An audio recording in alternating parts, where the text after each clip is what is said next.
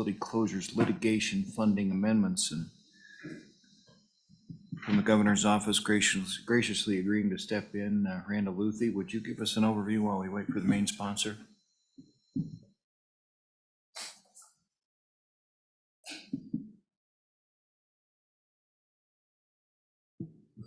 Good afternoon, Mr. Chairman and members of the committee. My name is Randall Luthi. I'm the Chief Energy Advisor for Governor Gordon, and I'm pleased to assist with walking through this bill. Just to make mention, bill sponsored by Senators Larson, Knapp, and Senators Barlow and Dockstader. A couple of years ago, this bill was brought forward in response to some of the neighboring surrounding states were starting to pass legislation. Some of their public utility commissions were making rulings that were making it very difficult to keep Wyoming coal operating in some Wyoming plants. This bill was brought forward, established a $1.2 million fund. That when it was necessary, the governor, in consultation, of course, the attorney general, could bring litigation against other states. After we did that, pretty much a lot of that ended. I'm sure, I don't know if it's coincidence or not, but we didn't have the opportunity to, or felt it was the right time or the right case to bring forward. However, what has changed in the last couple of years is there are a lot more federal regulations and federal actions that could affect and is affecting the use of coal in power plants. One, for example, is we often refer to it as the ozone transport rule, which affects several states. And it's often referred to as the good neighbor rule. The overall, and I wouldn't have the capability to go into great detail about it, but it's actually asking producer states and would be requiring producer states, those with industrial facilities, and basically largely those with coal power plants may have to reduce their emissions in order to meet ozone standards in neighboring states. We're concerned about the modeling that came along with this rule. It's based on an East Coast model. We don't believe that it's been thoroughly vetted for Western states, particularly mountain ranges. We've been working very hard on an administrative level on providing comments as this rule goes through the process. Other states have been concerned as well. One neighboring state, their legislature just appropriated $2 million in anticipation that they will enter into litigation against the United States EPA on this particular rule. So there's one example where we think we could use this bill, and that's basically what the bill does. It opens up the amount or the number and options that the governor and the AG would have to bring litigation against. Specifically, the language is on page 2. And you see a little more where it goes into more detail that you could be intervening, defending the federal government and its agencies, local governments. That's the other thing we've seen in the last year or so. Some local governments and ordinances are passing bans against the fossil fuels passing through their cities or ending the use of their ports for fossil fuels. And then we also asked about corporations, and I'd leave that one somewhat open because I think that could be a new challenge, but what it does do is at least gives us the option as we look at things like transportation issues with coal. Should there be some corporations that appear to be making unlawful acts? So that would be the overall purpose of the bill. And again, it doesn't ask for any more money. It just opens up the door of those that, should the governor and the AG decide to litigate, it just opens the door for more of those parties. Thank you. Mr. Luthi, before we added corporation partnership unincorporated. What were we doing prior to this? At this point, we just had not used this fund for those possibilities. We just wanted to make sure the opportunity to use this fund. Okay, thank you. And then 1.2, are we already funded? Just remind me. Mr. Chairman, my apology. Mr. Chairman, yes, the 1.2 was funded a couple of years ago when the bill first passed. All right. Committee questions for Mr. Luthi? Governor's office, go ahead. Mr. Chairman, Mine is just a technical one, and I guess I'm not wild about going back and amending session law, because how is the public supposed to know that we do this? So I guess kind of my question is, why didn't we just tackle this fresh and say this is going to be inserted, in the 2023 session law, building on all that language with all these amendments? That way, when we go back and look at our history, you can see that more clearly. So I don't think they'll go reprint the 2021 session law. So this is just a goofy thing, but I don't like how this is structured. Mr. Luthi, you know the prime sponsor's intent on such a thing? Mr. Chairman, Senator Ellis, I do not know the answer to that, why it was drafted the way it was done. Further questions? We'll see if we can, we're tracking down the sponsor. Go ahead. Thank you, Mr. Chairman. First, I'll start by saying I think Senator Ellis's concept of construction is a better one. I don't think that's a hard amendment, though, if we want to do that. The question I have goes to a few. First of all, the $1.2 million, it's my understanding we haven't spent any of that because we haven't had a case that has utilized these funds. Is that accurate? Go ahead, Mr. Luthi. Mr. Chairman, Senator Office, that is correct. Okay. Mr. Chairman, what other funds are available? And I know we have the availability of some litigation funds that I think are more broad than this. What would be available for those, as well as we're involved in a large number of lawsuits right now. I couldn't tell. Well, actually, I'll ask you, how many lawsuits are we in right now? Good question. I'll start with that. Mr. Chairman, Senator Office, thank you for that question. Yeah. Just had a briefing this morning. Another source of funds is the Federal Natural Resources Policy Act. Sure. And funding, right at this moment, that is partially or fully funding 33 different lawsuits. Did you say 33? I did. Okay. And Mr. Chairman, I get, my next question would be this, maybe this is too qualitative to answer. I haven't really gotten the impression that we've won a lot of these lawsuits, but maybe we have. What's our batting average, and what do those 33 look like? Go ahead. Mr. Chairman, always a good question. We haven't won any of those 33 because we're still in litigation. But it does vary. It depends on the circuit we end up in. We do better in the 10th Circuit as a rule on these kinds of lawsuits as opposed to the 9th Circuit. We often do better in Wyoming District Court than we do in other district courts. But I do not have specific, I don't have specific numbers depending on how many years you would like to go back. Okay. Right. Mr. Chairman, why not just reappropriate this $1.2 million to a more general litigation fund that's, whether it's the FNRPA or just put it in the AG's office instead of have it over in this kind of convoluted approach, as well as a specific approach? Candidly, I think this was a little bit of a showpiece from the standpoint of the legislation at the first point, to get behind it and rally, even though we knew we already had an AG's office, we already had funds available. I felt like this was politics at the time, but now we're sort of maintaining the politics. At this point, why not just cut it loose into a general litigation fund and recognize that there's a lot of things that we sue on. We have a lot of litigation at any time. Mr. Luthi? Thank you. I'm Mr. Chairman Dockstetter and Senator Rothfuss. Again, I think you were absolutely right. This has always been a messaging bill, as we often refer to it. 2 years ago, it was a messaging bill. The legislature deemed to pass it then. When we were approached about this concept within the last year, it just seemed a logical thing to keep the message going. Okay. Yeah, I'll stop there. Thank you. Anyone else? Go ahead. Mr. Chairman, I remember this bill vividly when we appropriated this fund, so that's why I do have a lot of questions.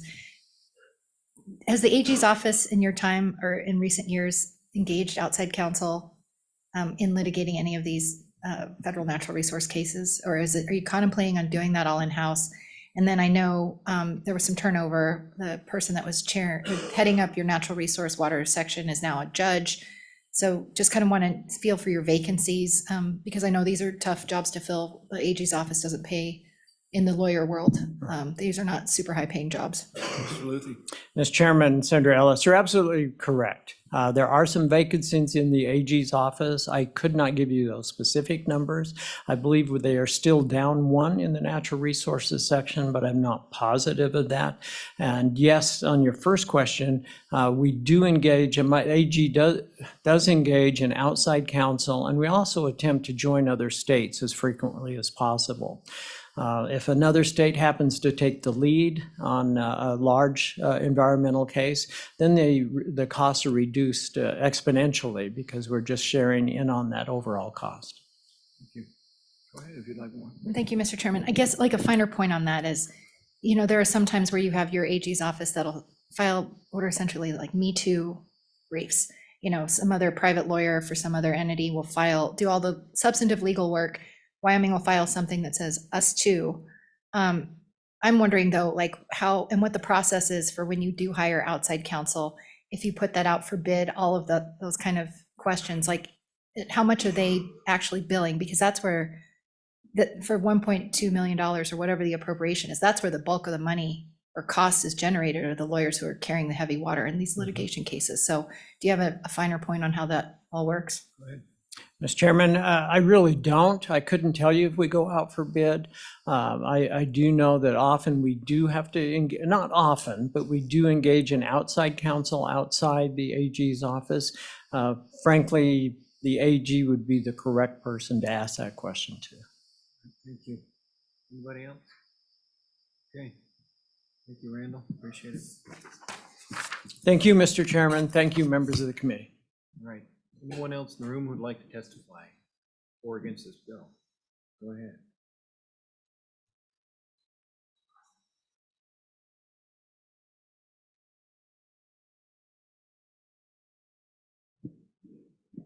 Thank you, Mr. Chairman, members of the committee. I am Robin Engelhardt Bagley with Powder River Basin Resource Council, and we do oppose this bill because we do have an Attorney General's office to handle this type of litigation.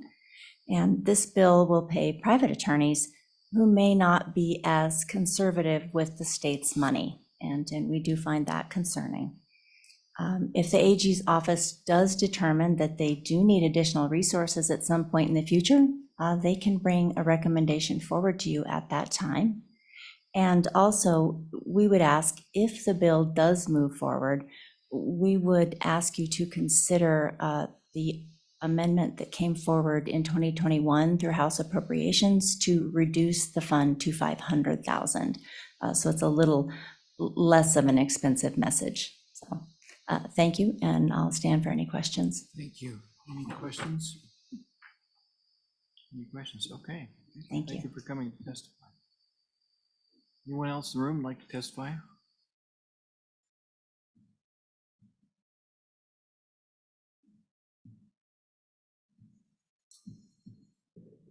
Thank you. Good afternoon, Mr. Chairman, members of the committee. My name is Pat Joyce. I'm the Assistant Director of the Wyoming Mining Association. We do stand in support of this bill today, obvious reasons. It affects our industry immensely, and would probably tie on with the comments of Mr. Randall as well. Luthy, I'm sorry. We see our industry being affected by a new regulatory industry. A lot of new regulations and not a lot of new competition for the use of our coal and that, but getting our coal to final destinations for our companies, and that has proven to be a larger and larger challenge for our industry, the coal industry in Wyoming. We're about a $500 million revenue industry a year for this state, and the more and more we see the challenges, the more and more we appreciate this kind of support, and giving the governor the ability to act on our behalf or in coordination with us is something we would support. So Thank you. What was that Stanford. amount again? You offered an amount of the industry? So 500 million annually in revenue to the state. Thank you. Excuse me. Questions? Go ahead. Thank you, Mr. Chairman. If we're going to look at getting this right a second time, I'm just wondering if we've still got it too narrow I'm aware of one of the operators in Wyoming that has sued a railway company because citing concerns about lack or their ability to transport coal. And so just kind of looking at the language, I just want to make sure that we're not passing another amendment that still isn't maybe as broad as, you know, if our goal is to actually use some of this money. So I'm just curious if there are any outstanding, you know, ways that the language is there that maybe could give a little more flexibility for the state to use these funds. Okay, you want to weigh in on that? Mr. Chairman, I don't think I am the one that you probably want to talk to about that. Let's talk to some of our members about that maybe, or I could get some comments back from you, for you from them, excuse me. Fair enough. Anybody else have any questions? Thank you for coming to testify. Thank you. Anybody else in the room like to testify? Okay, apparently not anybody on video. Let me ask you this, Senator Ellis. You have some concerns. Are these these concerns you can address them through amendment? Go ahead. Mr. Chairman, I don't plan on amending this now, but I will visit with LSO. I think something that would make sense to me would be changing section 1 to say that we're adding these to the session laws or something, to the 2023 session laws. I just think it's a really weird practice to go back and amend books that were meant to be temporary in nature. We don't reissue those.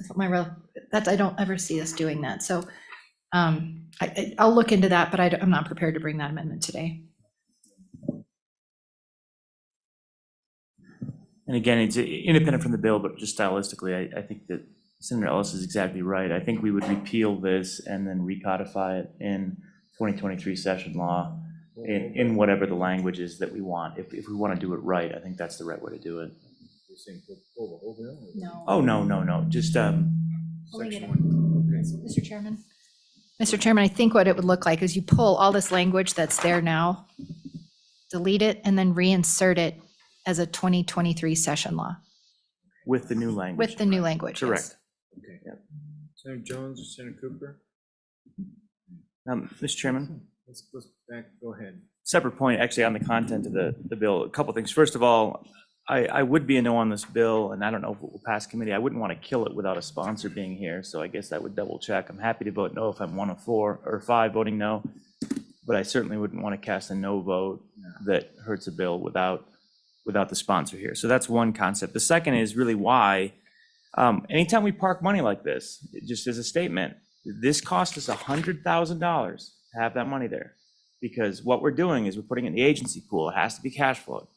It's not in pool A or anything else. It's just, I assume, and governor's office can correct me if I'm wrong, but when we park money, it goes in the agency pool. It's getting about 1% instead of 5%. This is a discussion we've had on the floor a lot. It's not inaccurate. So 2 years on $1.2 million is a $100,000 carrying cost. Lost opportunity. We could literally hire an AG attorney to reduce the caseload to that. Not quite, but we're getting there. So I'm a little concerned. How long do we keep making the same statement without using the funds for any useful purpose? Let's do this, something a little different. Randall, could you come back up for a moment?